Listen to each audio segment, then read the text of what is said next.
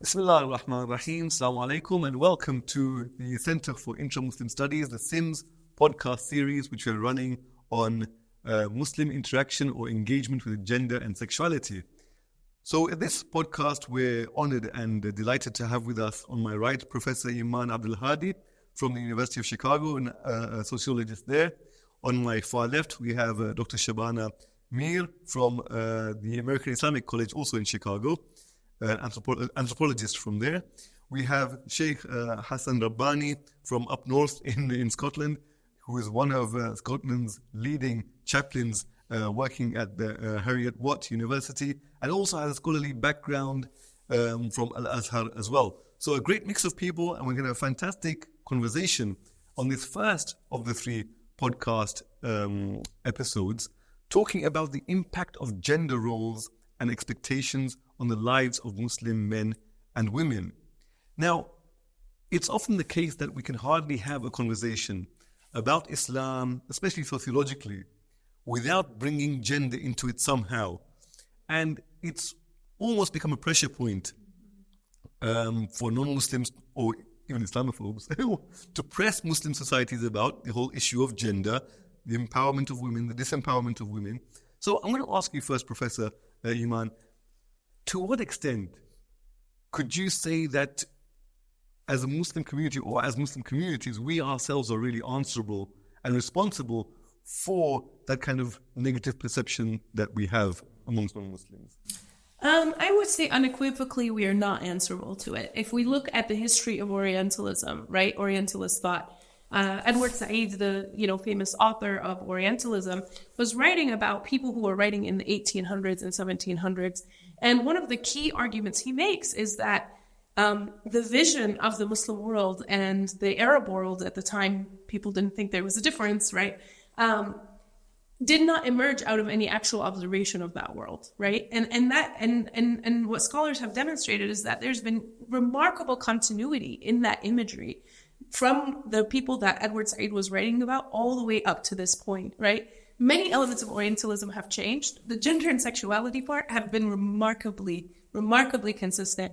So do we need to think about patriarchy in our communities? Absolutely we do. But we are not responsible, I think, for these Orientalist ideas that say that we are inherently patriarchal or that we are inherently hateful of women or that or that these things cannot change or don't have variation within them within the Muslim world. These are absolutely images of us that are developed with no reference to us, really.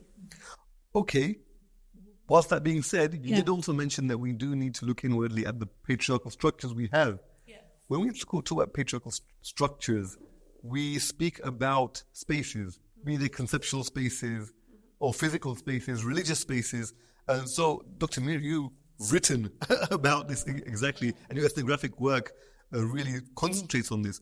What can you say about the spaces designated to Muslim women vis-a-vis Muslim men, and how does that play into all of this, the power dynamics that we have within our communities? So I'm actually going to continue with from where Eman was talking as well. And I think it's really funny that the British Victorians came and tried to teach us that we were not enlightened in gender. The Victorians, I mean, really, have they met themselves? Mm-hmm. So that's one thing. But also I wanted to also address the fact that we have movements, long-standing movements for gender egalitarian.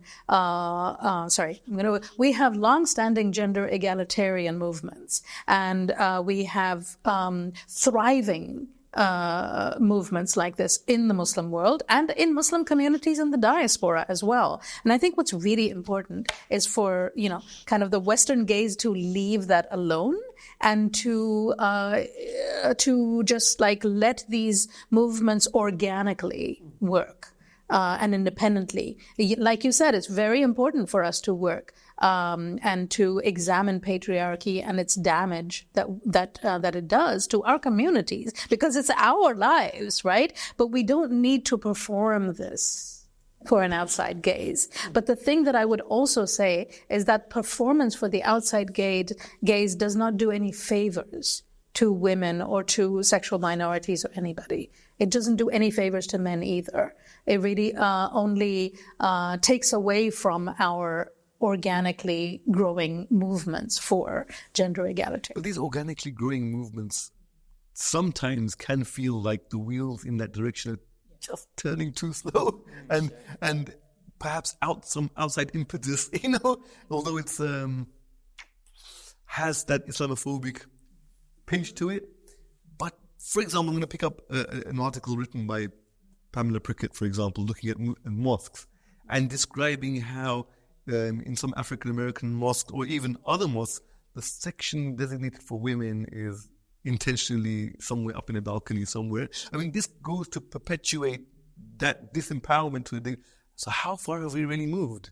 Well, if I may, I think that unfortunately, I actually think that outside gaze has worked in the opposite direction. Mm-hmm. Is that people who are attacked on a particular point might say, okay, we're going to change it, or they might double down and say and kind of accept that definition. And I think that ironically, you have Muslims who accept the kind of Western definition of Islam as inherently gender conservative. And they say, yes, Islam is essentially gender conservative. This is what defines us. And so we have to double down on it as a form of resistance. The irony is that those people actually agree about what Islam is with the Islamophobes. Like, those people are in agreement about what Islam is saying, right? Yeah. But they have different, moral conclusions about that, whether it's good or bad. Sounds like the horseshoe model that meets me in one place. And that gaze actually sometimes empowers those people, because they can say, oh, well, these activists within our community, well, they're just Western inspired. They're outside moles. They're working for the FBI, right? And so much damage this does to activists who are especially trying to operate in the Muslim world. I think this does so much damage. You've seen this, for example, with regard to, say, for example, lady health workers in Pakistan, polio vaccinations, like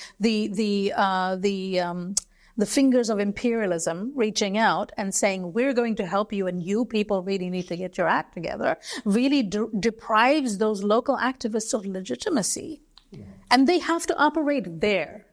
They're not operating in Washington, D.C. They have to operate right there. But also the other thing that I wanted to address, which you're talking about as well, is that in my study of Muslim American college students, I also found that in many cases when they try to when they operate within what are considered official Islamic spaces, like the Muslim Student Association space or something, they try to present an exterior sometimes that jibes with the assumptions of gender segregation, of, women keeping back. Sometimes that happens as well. So there's this idea of an official Islam, which sometimes is actually quite informed by Orientalist notions. But this is the Islam okay, let me show you and confirm you. We don't want to confuse you with sort of our actual lives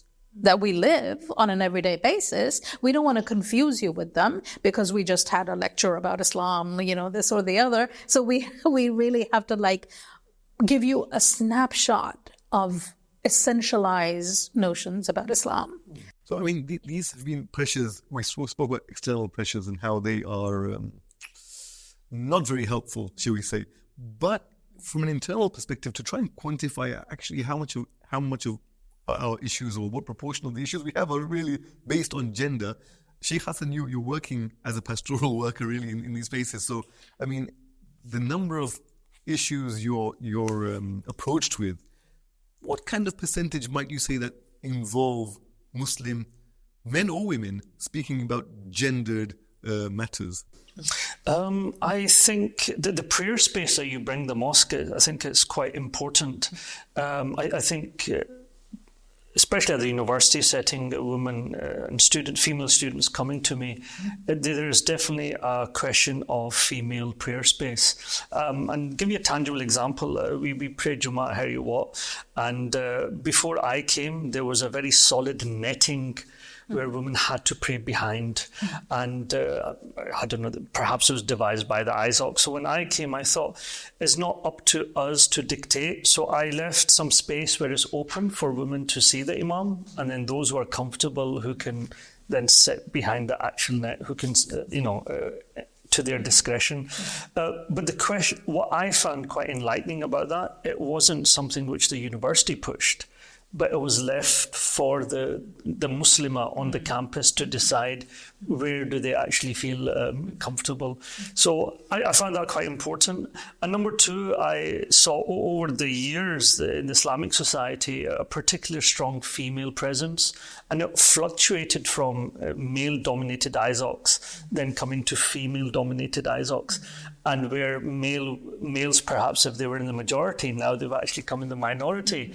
And those discussions, especially when they're minority, the sisters just don't understand our situation. That's quite interesting, because a few years back, the sisters, the tables are turned. But just kind of sitting back and listening and understanding, I found those very kind of helpful in shaping. But like both Shabana and Eman had said, I think the change was coming from within for me, which is more authentic, indigenous to an extent. I mean, they were kind of Scottish Muslims who wanted to, this is how we understand our deen, and this is how we wanted to kind of move it. So yeah, that experience has been very interesting. Talking about that gender dynamic that you mentioned, the female Muslims on campus came to you, and was there a reluctance for, you must have been approached by people coming to you with very deep narratives and your personal issues that they come.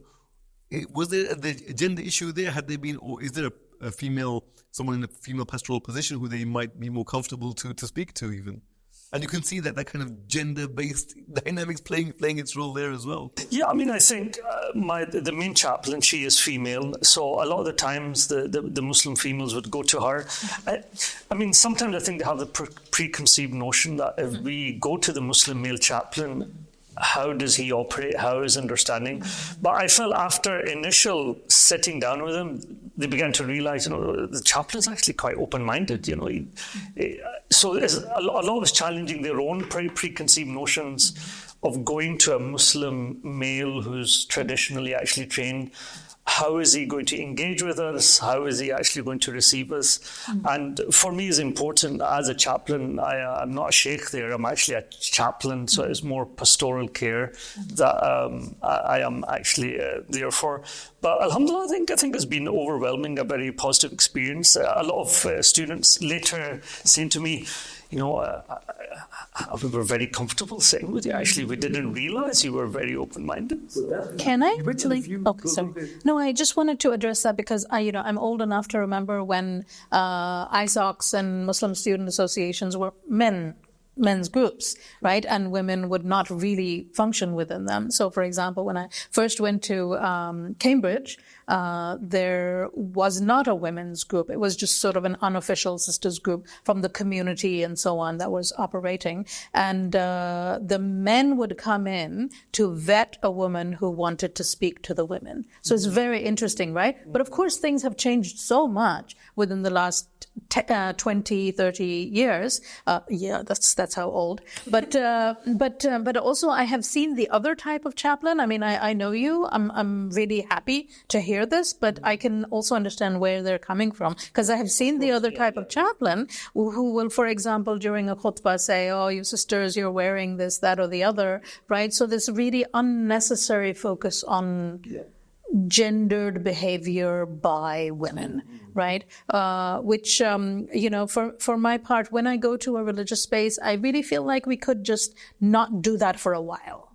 It's really like we can really just put it aside for a while, because that is so much more likely to make women feel comfortable and also make men feel like they can also operate with women in a respectful way, and we can create a community together, because that's what we're trying to do, right? We're trying to create a community together that's supportive. You mentioned a few things, and we all mentioned a few things which I want to really focus on now.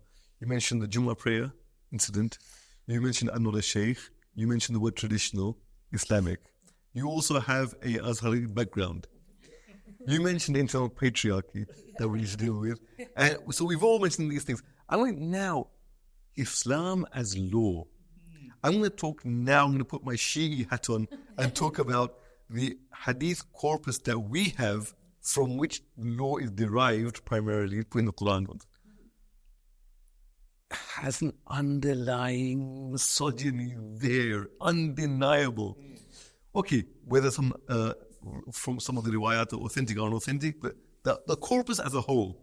And that's where a lot of our ideas have come from. And so how do we battle against this now? How do we change things? As you said, I'm not a sheikh, I'm someone in pastoral case. You don't have the buttons or the wires to do that right now. But you've seen where it can come from. What can we do about this in our own context? Well, I think the question is, where do we envision Islam and Muslim communities going if we don't do something about it, right? Mm-hmm. So in my own work, right, I've been writing a book for the last few years about how women end up getting pushed out of Muslim American communities, right? Mm-hmm. And it's precisely in response to these unwelcoming spaces and the kind of intensive pressure on women to uphold the boundaries of the community. And the irony of that is that it's a self-fulfilling prophecy, right? It says, we're so worried about the future of American Islam, and we're going to put all that worry on women. What are they wearing? Who are they hanging out with? Where are they going, right? Because we don't think we can control boys, and we think it doesn't really matter anyway if we do or don't, right? And what that does is it puts women in a position where they're like, well, I can't keep up the standard, and they are kind of pushed away. And then the question becomes, so where do we end up, right? Where do we end up when the masajid don't have women anymore? Or only certain types of women are allowed in the masajid? Now, our tradition, and I'm not a sheikh either, I'm a sociologist. Our tradition has been able to adapt as a believer, right? Putting on my hat as just a Muslim woman, as a believer, as a practicing Muslim woman. Our tradition has been able to become an indigenous religion all over the world, across 1,400 years. It can only do that by adapting to context. And so we are in a context right now where we are seeing a friction that is existential, that is causing an existential crisis in this in our communities. And so I don't know what the mechanisms are. So in some ways it's a cop-out to your question, and I want to acknowledge that. I don't know what the exact mechanisms are, but to me, it's not a matter of even how, it's a matter of when, I don't believe that our faith is not going to survive this crisis. Like, I believe it will, just like it survived so many other crises. But I think there has to be a sort of catch up to the reality that we live in. Right? And so, and I think part of, students reacting to you like, subhanAllah, like a man, the chaplain who's speaking next to me. That's coming from some place of also a whole lifetime, right? Of being treated in a particular way in Muslim communities. Yeah. But the fact that you're there is also a sign of that change, right? And I think more and more we're seeing people say, this doesn't work. We can't do this, right? So I think we're moving in the right direction, alhamdulillah, but I think I think the law has to catch up. Right? Iman has said we have to adapt. I'm going to follow on to that. So in Glasgow, my father established a mosque in Pollock Shields, Zia al-Quran, 20 years ago, but it's the only mosque out of the many mosques in the area that has a women's space. No other mosque has. My own dad's mosque is of Barelvi persuasion, and then there's others. So I was very lucky enough to come from that kind of tradition where it was open. But going to these other mosques, it's very interesting speaking to the imams. Why don't you let women in? Well, our Hanafi fiqh says X, Y, and Z. Okay, let's try. The Hanafi fiqh also says your daughter can't go to Asda. Yeah. She can't go get education. She can't step out of the house. Why are you picking and choosing this? Yeah. And then that's quite interesting. So I think you need to beat them at their own game. Yeah. I think that's actually very important. But now I've actually seen slowly these mosques are beginning to question. Was actually, you mentioned this undertone of the fiqh has a certain misogyny, and I totally agree. Yeah. And the idea would be, how do you bring an indigenous British fiqh to deal with our communities? And I think that's an ongoing process for me. Can I actually speak of that? So actually, in my courses, in my Islam and gender course, we actually address the Islamic law issue. But as soon as you said Islamic law, I remembered what Ingrid Mattson said yesterday about what Islamic law are we talking about? We have no power. There's no imposition of had or any kind of political power, right? So we hold no power. So we play acting a lot of the time. And I really heard that because it really does often feel like we're play acting. We're taking something from the 10th century and saying, okay, we're going to do this. And this applies to you. But we're so selective. Like you said, we're so selective about what we apply. And most of all, what we want to apply is gender to women. And I will say that's where, as a sociologist, I will say, for one, almost every community does this, right? Gender is the moral boundary as communities move through change. Every time a community or a society has some kind of moral panic, it's almost always about gender. And women are expected to uphold the kind of moral boundaries of a society. And Muslims are not unique in this aspect. Absolutely not. So we can say and that's what another reason to say, okay, so we have to deal with our own stuff and we have to have the same struggles. We have to have our struggles. Right. However, I think this sociological question of what is picked and what is chosen, right? It's a really good entry point to say this doesn't work, right? I think the other thing that's happening and that folks are mentioning is the kind of competing goals that we have, right? We want our children to be successful. We don't live in a society. I don't know about the UK, but in the US, fewer and fewer families are able to survive on one income, for example. It's almost impossible. And it's happening in the UK. Right. Yeah. And people don't want their daughters to, and people don't know, even the most traditional parents, right? They want their daughter to have a backup, right? They don't want, what if she doesn't get married? What if her husband dies? We want her to have an education. We want her to be ready for the market. Okay, so you can't, you're setting her up for a particular kind of life, right?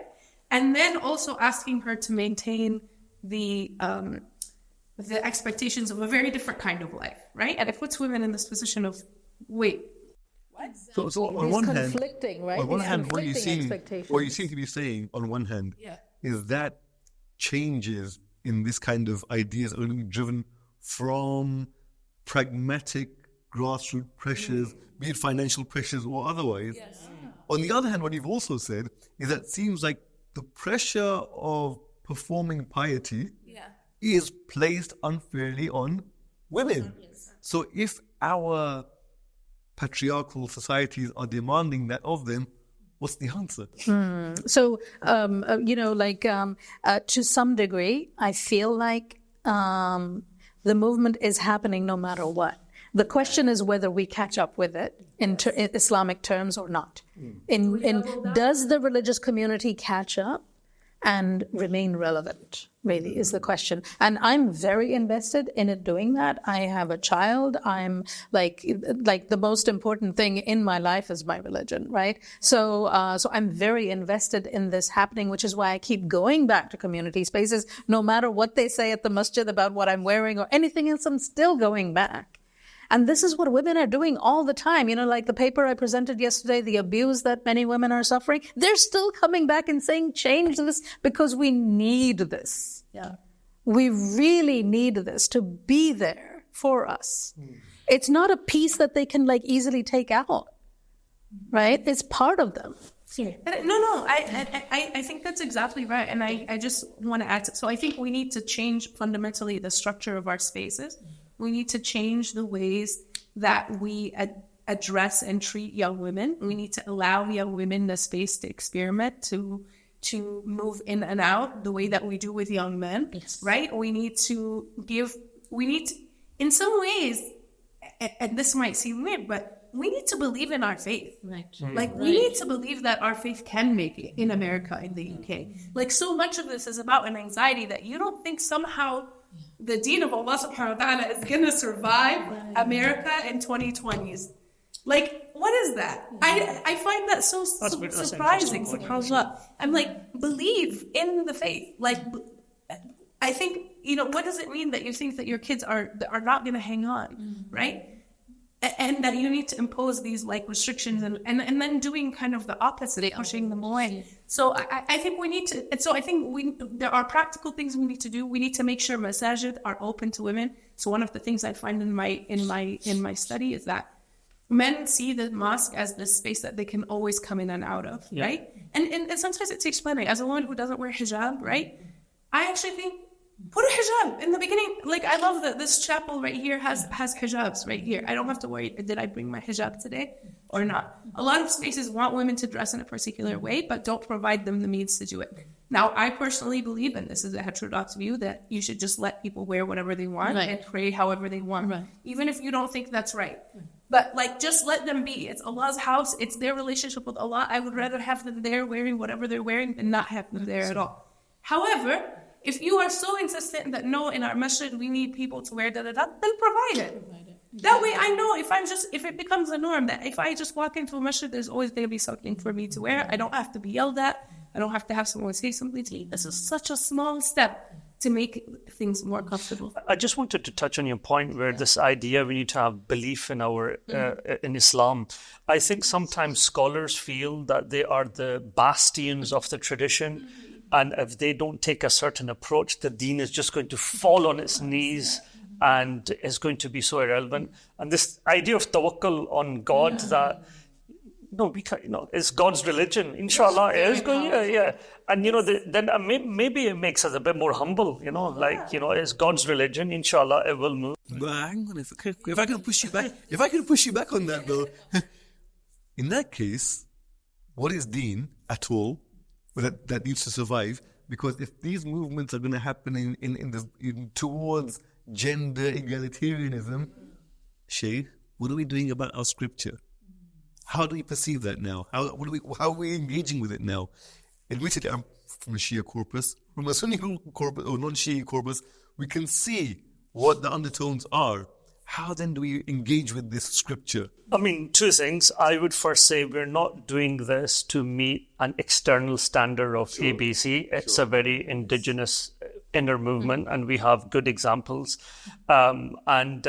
Secondly, I would say, and this is a theory, I don't know if I'm right or wrong, but the particular subcontinent Islam was vis-a-vis reaction to colonialism. So I think there was deep breadth and depth within it, but a level of preservation took place during the colonial period. Whatever we have, we need to preserve that. And I think sometimes the faqih mindset is working within that time.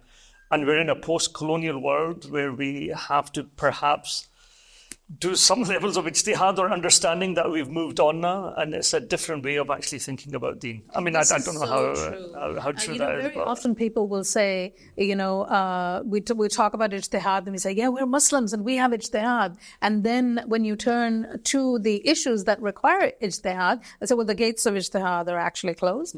Or do you have the training? You're a woman. Have you been to them? Well, the institutions probably won't let me in, or, my life will go in a particular, have a particular pattern. The limitations are so many. You don't want me there. You don't want me looking like whatever I look like. And so how am I supposed to be there with that training in order to do this work? So it's a real struggle, right? And I actually, because in my course in Islam and Gender, we do talk about Islamic law and the very, what are contingent rulings in Islamic law, but are regarded as absolutes, right? And that happens all the time. You know this, right? So contingent rulings that are very cultural, very, very temporal, or even political from particular time periods, become very absolute and are established. And that becomes this is going to be a slippery slope. If you change this, then where are we going to go after this? Everybody's going to be walking around naked and like doing whatever, right? Because that's the vision, right? Yeah. Well, I think to this original question of the collapse, I don't think that having this sense of tawakkul and believing doesn't mean that everyone has to agree, or that you have to take on the view of what's coming in as the kind of radical view or the reinterpretation or whatever. I think it's rather being able to argue from a position of confidence, right? Like when I read about these debates, that were happening in the kind of golden period of Islamic knowledge, there's this kind of position of like, yeah, any idea can come to the table and be debated because it's coming from this place of confidence, right? And what we're seeing right now is that this position of insecurity is making it such that people are unable, it's not just that they're holding on to the view, it's that they're closing the whole debate. They're closing the doors of the faith around the debate. So the number of times someone says, well, you're not Muslim if you believe X. You're not Muslim if you believe such and such. I remember tweeting something innocuous like, I believe in a capacious version of our deen that people, and they're like, that belief is kufr. Right. Okay, brother. Like, okay. The kind of ease with which we throw people out of the faith is, I think, a direct consequence of this feeling of insecurity, which we've come by honestly. We have been under attack for hundreds of years when you think about colonialism. Like, I understand. And I think what we need to have is like a sort of healing, like, yes, okay, the fears are real. They come from a place. I see them. However, let's take a deep breath. Let's move on. I think knowledge has a lot to do with it, though, right? Because when I talk to my students about the human process of Islamic legal thought, they're amazed because they don't know this. They think that there is a direct line from from a God prophet and then to like every faqih and every thinker that they accept, right? And then they do not know the diverse positions because there's only like a select few that are popularized, right? So I really do believe that preachers have a strong responsibility and that the soundbite entertainment version of preaching is doing great damage to Muslim thought and discourse and is really like narrowing. Like you turn to them for like inspiration and so on, but they end up really limiting your vision. I found quite helpful actually Thomas Bauer's book, The Culture of Ambiguity, Thaqafatul Iltibas. And the idea was that the faqih, perhaps what Eman was saying, is so confident that they allow ambiguity to come in and to work with ambiguity, that lines don't have to necessarily be so rigidly demarcated for that, and we can work with this ambiguous nature of perhaps law. But I think your point's quite good. There was a sense of confidence, and I think perhaps that's something that's really what's missing in the discourse. Yeah, political power has a lot to do with that, right? Yeah, but I think the absence of political power also has a lot of promise. I really do believe that much of what we talk about as the golden age is really kind of harmful with empire expansionism and that sort of thing, and that becomes like established as part of theology, right? So you have people saying, "Oh, let's bring back slavery," and like that kind of thing. Like literally nobody is like needs slavery at this time, but I feel like the diasporic nature of Islam, but also the political disempowerment actually has a lot of promise for the development of something good, something really good.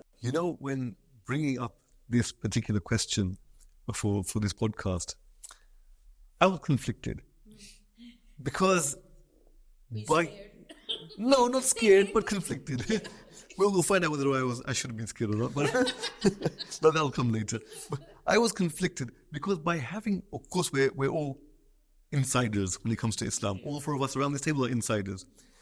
But even inside, having this very conversation, does it not in some way perpetuate the idea or the otherness of women anyway? The fact that we have to have this conversation in itself, in that kind of self-fulfilling prophecy kind of way, goes further to say, actually, women are, something else, and that's why we have to have this conversation again. Yeah. And I remember looking at one of the manuals for one of the kids' madrasa Sunday schools, and it went from history and ethics and social studies and for young kids, and there was one chapter in it, and it said a woman's role in society.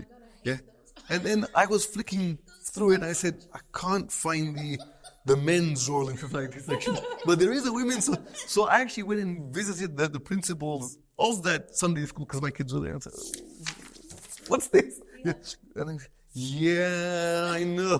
So, but that showed that within our culture, we have this lens focused. Are we not perpetuating that by having this discussion at all? I don't think we're perpetuating it by having the discussion, but I think it is part of one of the takeaways that we should have, which is that gender should infuse all the things that we do. It can't, you're absolutely right. It can't just be, I mean, if you, like me, grew up going to Muslim conferences, right? Like in the US, it's like all the issues, and then it's like, here's the women's panel, right? Like, and it's like, wait, I'm also a woman and I care about ethics and so I think, and again, it's not just us, right? Like this is a kind of a universal thing, and people do it with race, and people do it with, but I think we need to start thinking, okay, how does gender influence all of these things? Yeah. So yes, we should still also have conversations that are just about gender. I think that's fine, but in the reforms, right, that we want to implement, one of them has to be that we rethink this kind of structure of like women as a separate issue. Anyone else want to go on that? I mean, I would perhaps say that I think we need to look at male role in society. I think that's quite important. I think in our conference, the discussion came up, especially some panels about the abuse that happens in private and in public spaces. And when I talked to the panelist, she said to me, what was the solution? I was like, the male ego needs to be controlled. Well, you say male ego, and a couple of people mentioned power as well, the power dynamics. And you also mentioned going back to fiqh. And, again, like that manual from the madrasa I cited, also I'm not sure, again, about the non-Shi context, but in the books of fiqh, we have a chapter, fiqh al-mar'a, right? And because the guys here are figuring out from the text what women should do. We don't have so we have a normal chapter of fiqh for everyone, and then we have these other because these things that affect us and don't affect women, exclusively men. But we don't have that chapter. It shows that women are being othered in our, so that patriarchy is still very much present. Because also keep in mind, most of the fuqaha who are writing are men, right? Yeah. And so they have to figure out what to say. Well, in some societies you say most, but in some societies it's still all. No, only most. Part of it is thinking not about this as a women's issue, but as a gender issue. And gender, I mean, I in my normal classes that are have gender, I'm always like, no, this is not, sometimes, men will take my class and they're like, oh, I just want to learn about like what's going on with it. And I'm like, no, gender, you also have a gender, right? And one of the kind of core feminist principles is that patriarchy also oppresses men. Right. Is that actually it's the patriarchy that's oppressive. It's not necessarily men. I mean, it's often enacted by men. Yes. But it's also enacted by women in many ways. I mean, let me tell you, the number of people who have yelled at me for my clothes in a masjid, most of them have been women, not men. Like, let's just be honest about that. But men also have a gender, right? And that means that they are given a set of roles by society. They're given a set of acceptable behaviors. They're told this, that, and the other. And it constricts who they are as people. They don't get to be full human beings. I mean, that's part of the whole thing, right? I feel like men have more restrictions in terms of like the range of being, in fact.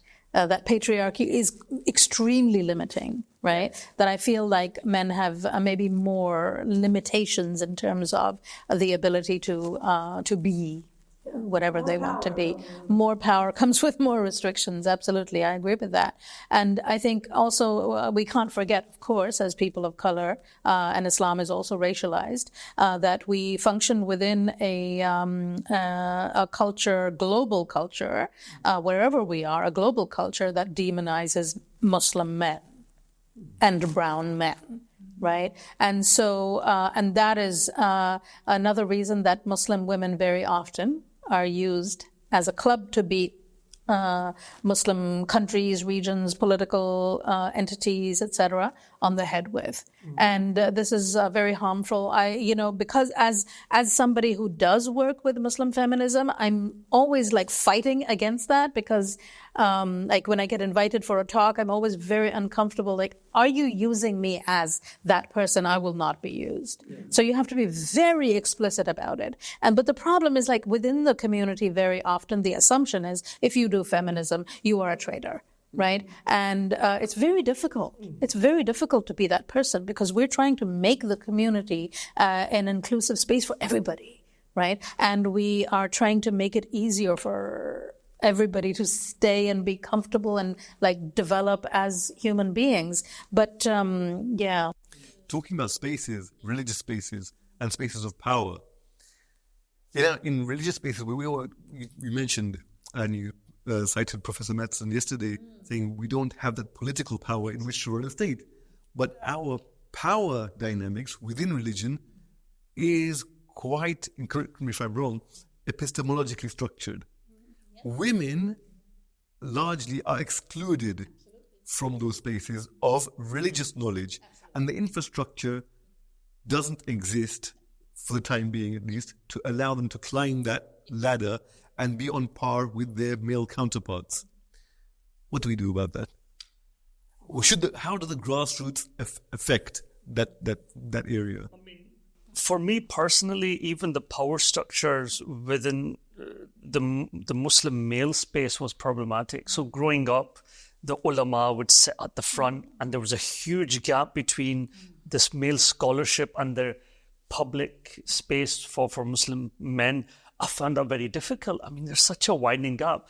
So I would often go to events and sit with the rest of the audience, and then on the microphone they'd say, Shaykh Hassan, can you come to the front, please? Come to the front.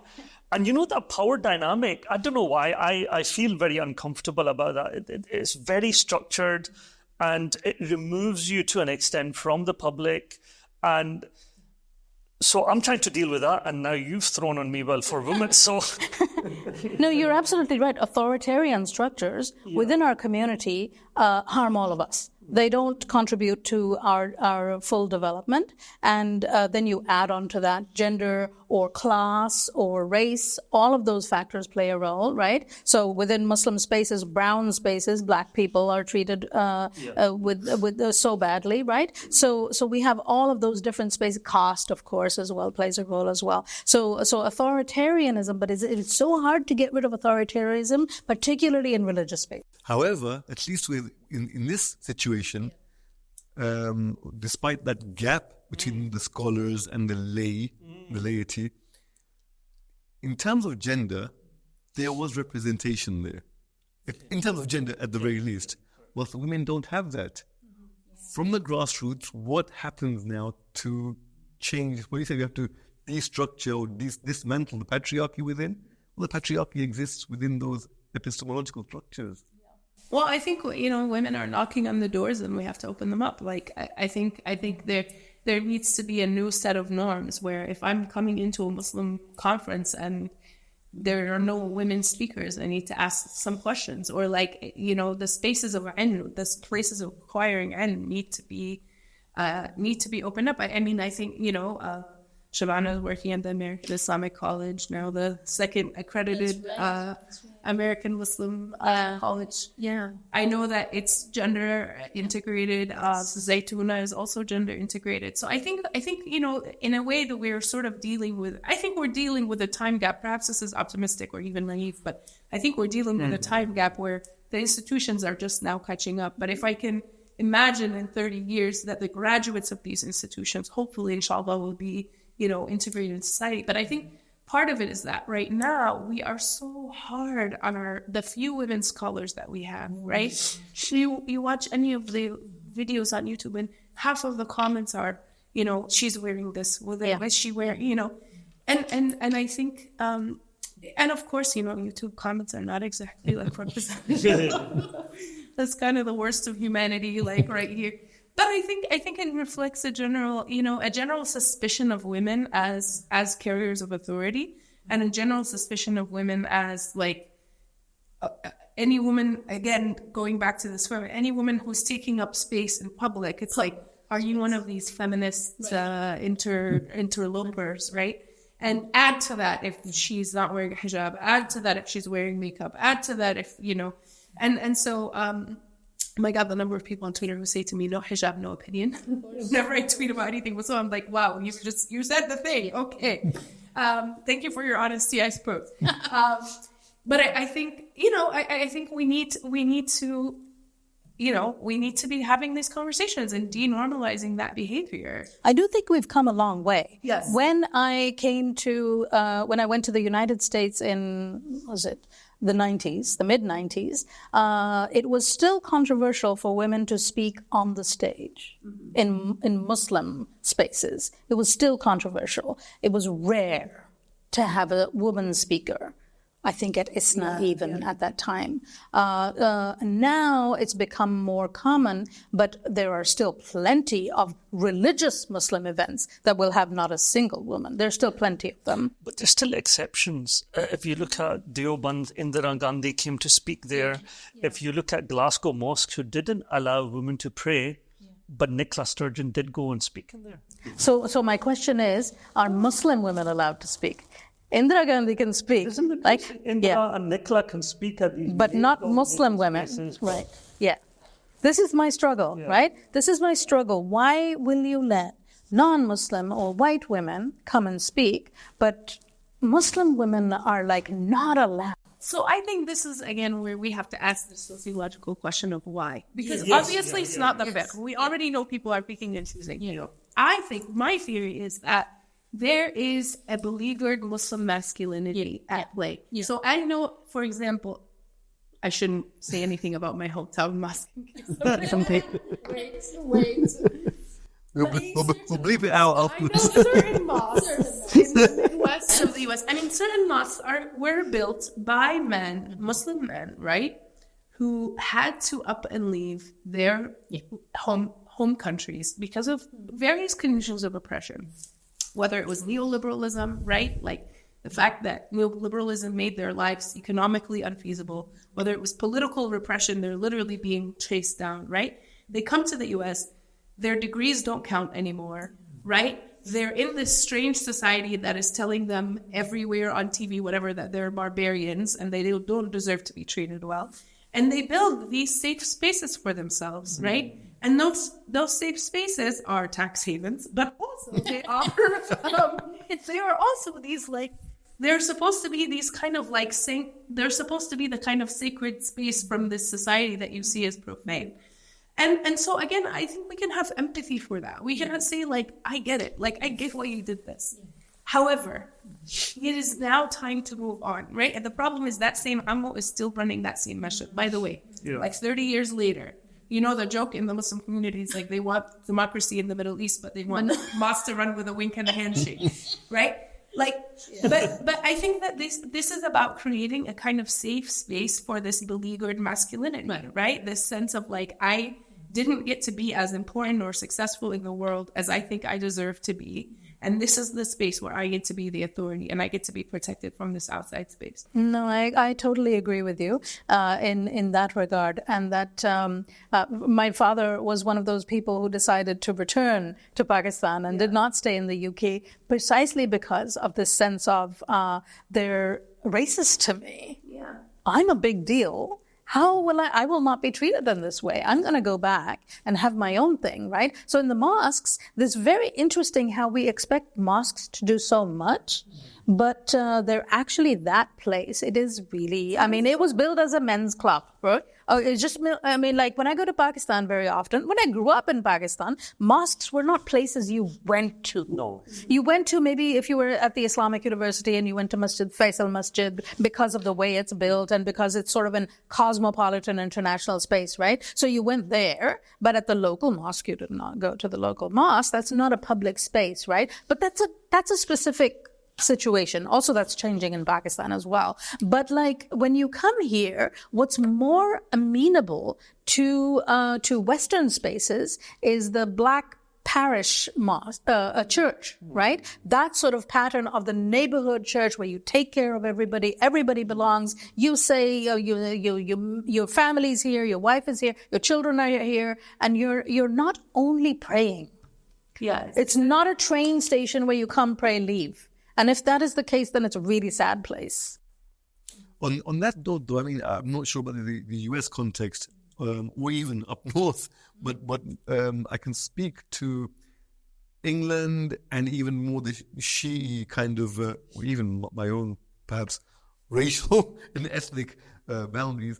Those barriers have been or are breaking, in the sense that the Islamic Center is nearly almost the ladies' committees are on par, or at least they have a lot more say in what happens in their spaces. So I'm not sure how far that can be reflected. So this is what I ask about ladies' committees, right? So when my daughter goes to a mosque and we go together, and then they say, you go that way, and we go up there, and then we listen to a khatib and the men talk, and she said, why do the boys always talk and we always listen?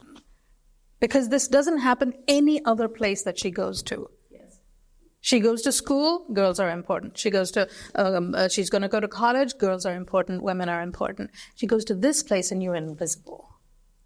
And you belong to a little committee that like cleans up after events. Yeah. In the US, I think it's been very patchy. I think that the worst case scenarios is like there's no women at all. Yeah. As sort of another scenario, and that is very common, is the women are sectioned off to their own thing. Like there's a women's committee, and then there's the committee that runs the masjid, right? And the women's committee does food and babysitting and maybe intervenes in like the Sunday school education, but is not, it's not part of the running of the masjid. But I think there have been more and more masajids, especially in some of the bigger and older communities. I think California has... Yeah, I know Toledo, Ohio has a masjid that has a... That's an older community that started that with the powerful women. Exactly, right? Yeah. Yes. I think that what we're seeing in the most successful cases, there's a separation between the secular running of the masjid as a community center, and that is completely gender egalitarian, right? So the shura board, the like, whatever the board, the executive, there's elections, women are equally able to, people sit the way they do at work or at school or anywhere else that's gender integrated, because we know people can do it. Yes. So you can sit at a table with women, it will not kill you. And that's fine. And then those are traditional masajid. Like there's not, I'm not like, they're not out here, there's not a woman leading Jum'ah or something like, and then they have like the sheikh or the imam or whatever who's doing the kind of. I think ideally we would go a step further and have women, like a woman chaplain, someone to do pastoral care that's a woman, right? And I think communities can draw their boundaries wherever, but I think in a situation in which women are not part of the secular running of the masjid, you are always going to end up with a situation in which the resources are unequal, or at least just inadequate. Like at every masjid I've been to, a lot more men than women come. I think that's partially because the women don't have the space to come. But I don't even need the musalla for the women to be the same size as the musalla for the men. I really don't. I mean, I think everyone should pray in one big musalla. I don't want it to be by the bathroom, in the basement. I don't want a bad teaching layer. I actually can't even hear the like. Yeah. I mean, I've been in situations where literally the women are looking at each other like, we don't know what's going on. We don't actually know, are we in a rak'ah or a sajda? Right. Yes. But I think men need to experience that to understand that. So, what are we doing? Imagine you are at the masjid and you are trying to pray behind the imam. You don't know if you're in a sajda. I'm not even once. So Imam described one very, what I would recognize very drastic situation. I want to swing the pendulum the other way, Shaykh. What's religiously, culturally, and Shabana mentioned, the women are sitting somewhere and listening to the male khatib, and this will happen. What stops a female being, I'm not saying prayer leader, that has its own fiqh behind it, which we can also debate at some point, but what stops a woman guiding, speaking in front of both sets of people? Why is the khatib invariably male? Of course, there's a power issue there as well. My first question is, are you trying to get me in trouble? I think by this time we're all in trouble anyway. just go with it now. Well, I mean, the landscape here is a couple of things. So I think the way that mosques run structurally depends. So in Glasgow, if I give you an example, we have independent mosques, scholars themselves have established. We have mosques or Islamic centers that only women themselves have established. And then you've got the am or the uncle who's established. And I think each one of them work the dynamics are actually very different. My example is interesting. I mean, you can't really infer from it that all of the mosques will be like this, but my mom takes a very important role in our mosque. And when there's women events, believe it or not, the men are moved to the smaller room and the women take over the main musalla, actually the main. But that can only happen because my dad established the mosque. Right. And then my mom and dad have this, this understanding. He's going to get in trouble. Yeah, and my mom just says, listen, just tell the men to go read Zohar there. And dad goes, oh, chalo, okay, we'll pray there. And then we have Al-Mizan, the Farad Hashmi group. Only women run that. Right. In fact, there was one scholar who was on their trustee board, but he felt very vulnerable because it was one, and then there were 7 females. Oh, amazing. And he didn't. I don't know. I need to ask him. This. What a hard feeling. It was very hard, but it was very as a strong female-dominated space. They have a nursery. It is very beautiful. But even when I go there, I need to tiptoe. I'm like, do I need permission for X, Y, and Z? So, but I'm just look. There's different structures that now have come about, and it's very interesting to see. Like if the main mosque does not change, we will see other spaces open up like that. But even in the opening of those other spaces, what you mentioned with your mother working that, I'm kind of reminded of how those women are empowering themselves. However, with it, the Sabi Mahmoud kind of model, right? Within that traditional male, is that good enough? I mean, usually that's what happens at a mosque, right? The wife of the imam or the wife of the owner or the sister or the daughter or something, right, is who gets involved, right? Because then you can hang out and it'll be okay and everybody's comfortable. I think there are also new spaces. I mean, in the U.S., we are seeing non-mosque spaces open up. So I usually, when I go to pray, I go to Ta'leef in Chicago. Right. Ta'leef, it started out as a convert support group, right? And then it kind of spread. And it's still not a mosque. They're very clear about that, right? It's just one open space. But they just purposefully designed... Not to mention. Not to be like the masjid, right? When I walk into Ta'leef and it's just one big open room like this, right? When I walk in, the people who will run the space, men and women, they stand at the beginning and they greet every single person coming in. And there's none of this like, Assalamu alaikum, sister. Like, it's like, they're like, Assalamu alaikum, thank you so much for being here, like, welcome to the space. And it is very explicit that you can be in the space wearing whatever you want. What the motto is, come as you are to Islam as it is. I know that I hold some views that are heterodox to Ta'leef. But because I know I'm welcome there, I don't feel the need to push those views. I come in to have some of the like goodness and the barakah and it's such a beautiful space and they always serve you something. So subhanAllah, the other day I was there for a halaqah. It was the sweetest thing. Too many people showed up for the halaqah, way more than usual. Like it was full. And they just had like a thing of ice cream. And they were like, and they gave everyone literally, it was like a sip of tea and like a spoonful of ice cream. Not even a big spoon, like a tiny, like you're sampling tea. But they just made sure to give you something. And there's bukhur, and it's a beautiful space, and it's clean. These things we didn't have in our masajid. And so I think these spaces are popping up as an alternative, and it's all young people. And people are coming in. Some of the women are wearing hijab, some are not. And no one says anything. No one bothers you. No one. And I think a space like that, you come in and you want to be your best self. Right. But this is the inner mechanisms of fiqh working. So traditional Hanafi fiqh would have said Jummah is only in the Jami' mosque. But now we've got Jummah in hospitals and schools and prisons, and it's like it exploded. Right. So this is kind of fiqh work here where the scholar said, okay, we need Jummah space for, and traditionally it was in the Jami' mosque, but now we can have it in hospital and school. So I think those spaces are a real model for the actual mosques, because to be honest, in my university, we have around 400 people praying Jummah.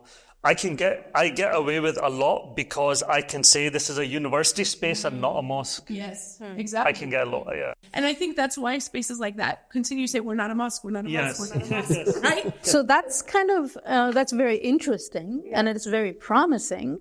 But for the people who are running mosques and building them and still donating like millions of dollars towards building mosques, I mean, it's kind of a reminder for them to think about that. They're still building mosques, and they're building them this, like, relatively the same pattern architecturally, right? With the somewhat unequal spaces, because they still have to include women, because, you have to do family things as well. And you do want your children there, and you're not babysitting them most of the time. So, not you, of course, but some people. So we're right now sitting in what used to be a church. So is that what's going to happen to all the empty, regal, beautiful, expensive structures? Is something to think about. I will say, since we're on the subject of Masan, I will say the thing we all have to ask ourselves, right? And our leaders especially need to ask ourselves, and our activists need to ask ourselves, would you rather have a masjid or a space that has 100 people who agree with you on everything, or 1,000 people that have a diversity of opinions and practices? That's the question you have to ask yourself. And the truth is, there are people in our communities who are acting as though they believe the former. And I think they would actually say they believe the former, right? Yeah. And we have to ask ourselves, is this good enough for us? Is this the future of our communities that we want? I want the 1,000-person masjid, including the people that I vehemently disagree with. Absolutely. Including the people where I'm like, no, I think you're a gender fascist, right? But I still want to pray next to you. Absolutely. Yeah. I agree with that. Yeah. I would just say that Islam and Muslims in particular, they're very dynamic. And we've, in the last 20, 30 years, I have seen there's been a lot of positivity. And actually, so I am very excited what the next 30 years are going to bring in terms of this change. And as somebody who's been around a while, I've seen a lot of growth. I mean, what we're criticizing right now, we're criticizing because we have seen growth, and there can be more. And I just want to see that happen. I want to see it come to fruition, and I want to, create those. I want to contribute to that. And I think we all can agree. We're having this discussion because we love Islam and we want it to flourish. I mean, this is our intention. On that note, I'm going to thank my three fantastic scholarly guests on this particular podcast, and join them again, of course, in the next episode of this series of 3, in which we're going to be discussing Muslim community and center contexts and managing unorthodox positions on sexuality. So stay tuned for that.